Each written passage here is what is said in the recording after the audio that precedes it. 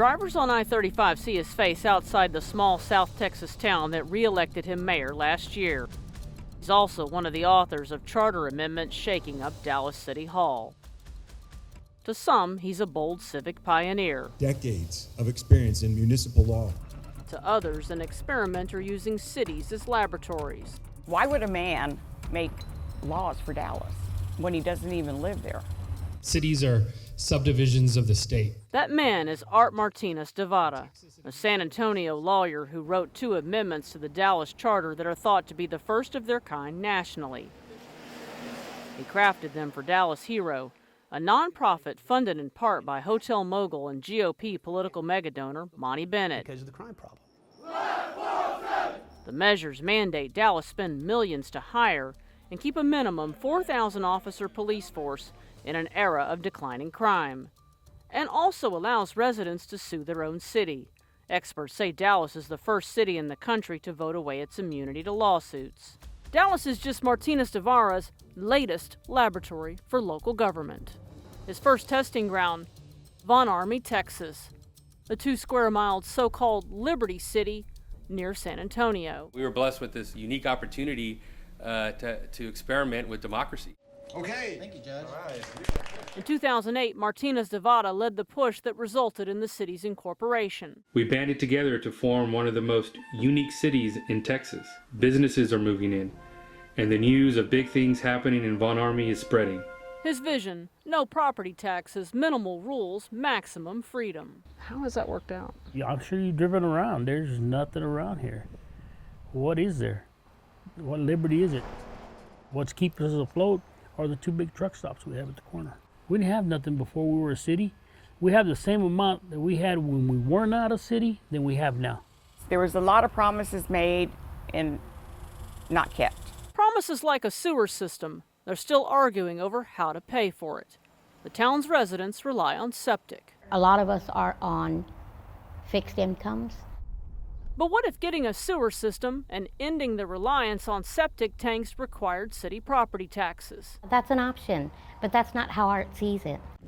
Hey, Mayor, I'm Tanya Iser with Channel 8. I'm not at liberty to make a comment right now because of the pending litigation.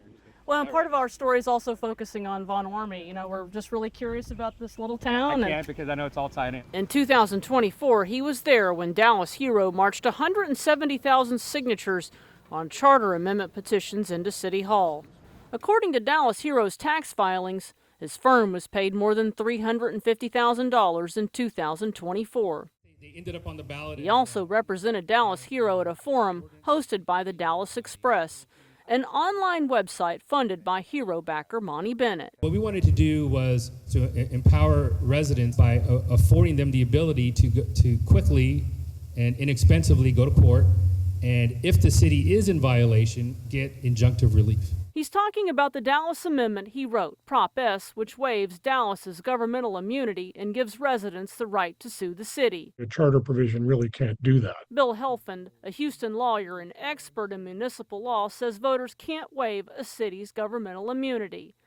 That's because a city's governmental immunity flows from the state's sovereign immunity. If one wishes to waive governmental immunity, that really has to come from the legislature. If we wanted individuals by direct majority to run a city, that would take a change to the Texas Constitution. We just don't have that. The propositions he helped to craft are already having a real effect. In February, Martinez Devada, with Texas Attorney General Ken Paxton, filed suit against Dallas under Proposition S, alleging the city is illegally withholding millions from police. The city's response: the measure has not effectively waived the city's immunity from suit. This is ridiculous. Leo Yu is a former SMU law professor who used to be an assistant city attorney in Dallas. He worries conservative state appeals courts might side with Dallas Hero. There is a danger to be the blue city in a really red state. Is this going to be the playbook to try to get this in other cities? I do think so. Dallas City Council member Paula Blackman is among the most vocal opponents of Prop S. It could really harm the city in a very detrimental way. Because if you think about it, and you could bankrupt us. This whole episode has been dressed up in government accountability. The question is, accountable to whom? Dallas State Senator Nathan Johnson questions the Dallas Hero experiment. This could absolutely lock up city government. Johnson filed a bill in the spring of 2025 that would have spelled out that only state lawmakers could waive a city's governmental immunity. Monty Bennett testified against it. Texas cities are notorious for not following the law and introducing all kinds of trickery to thwart the will of the people. Johnson's bill didn't even get a vote. It's not really about accountability, it's about manipulability. And there are people in the state who want to direct government to their own ends.